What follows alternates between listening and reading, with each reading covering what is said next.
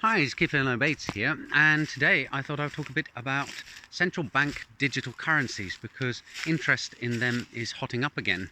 The last time I saw this kind of interest was about a year ago when the idea started being floated, and now China has actually published a white paper discussing the effects or effectiveness of its digital yuan. So that's really, really interesting. Now, the first thing you have to consider when you're talking about a central bank digital currency is, are we talking about retail banking or wholesale banking?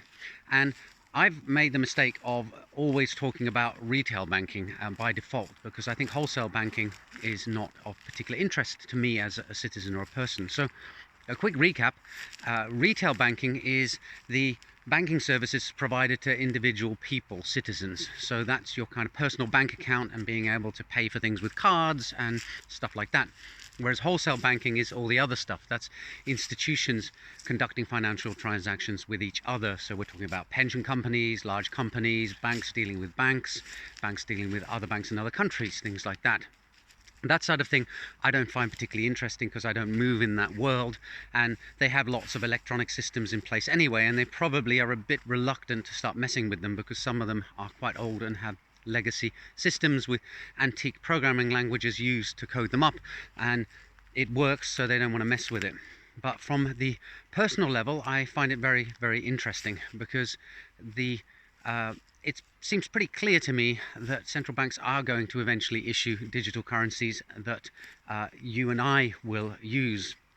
Banknotes are a pain in the neck to them. It involves a lot of work to prevent counterfeiting, and they need to be shipped around in boxes to ATMs. So, you know, it's an awkward thing to have to deal with. And the only reason we still have cash is because historically people have liked it. It's a familiar thing. You can't just get rid of it overnight. Now, we do have a lot of electronic payment, so that's retail banking at its best. Yay. And the idea of having cash that has the same kind of flexibility that card does, plus being more like real cash rather than having numbers stored in a database that a bank has some appeal. However, this comes with a lot of caveats, and the main one is censorship and surveillance.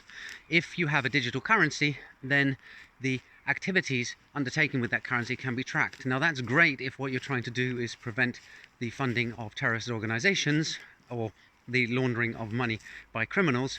It's not so great if your personal financial transactions are monitored and now the central bank knows that you spend a lot of money on beer and pizza. Christine Lagarde mentioned that in a speech she gave a couple of years ago, and as a result they can hand that data on to insurance companies, and then suddenly your health insurance premiums go through the roof.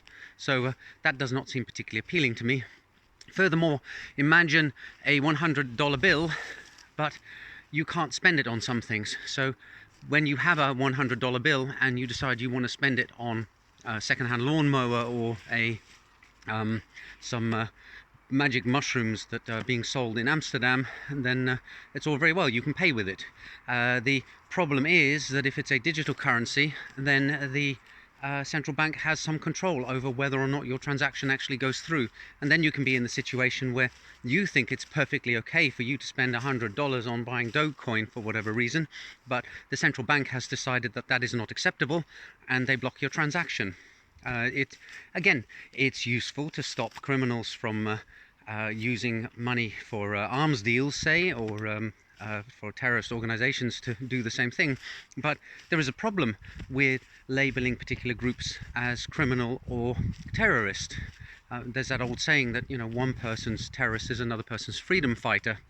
And although there are certain organizations that the majority of the world's population agrees are wrong and it would be good if they didn't exist, there are also plenty where the authorities don't like them, but the individual people living in the area where that organization operates are really happy that it exists and they want to promote its activities. So once you get to the point where a few select people are in political control of the activities of citizens, we have real risks that our freedoms will be curtailed.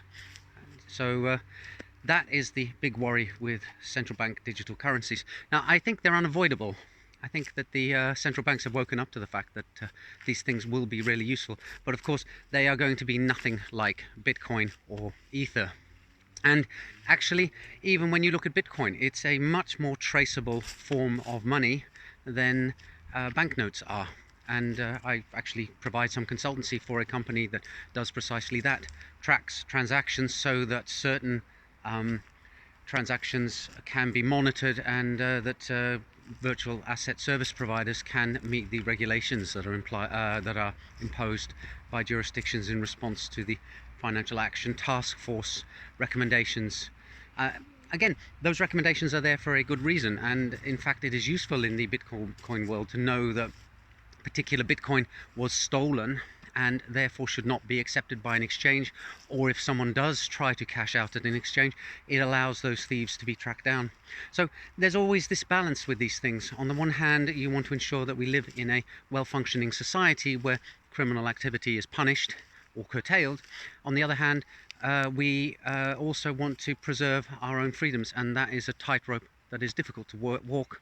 And my concern is that the central banks are much more on the controlling side and are much less on the protection of civil liberties and freedom.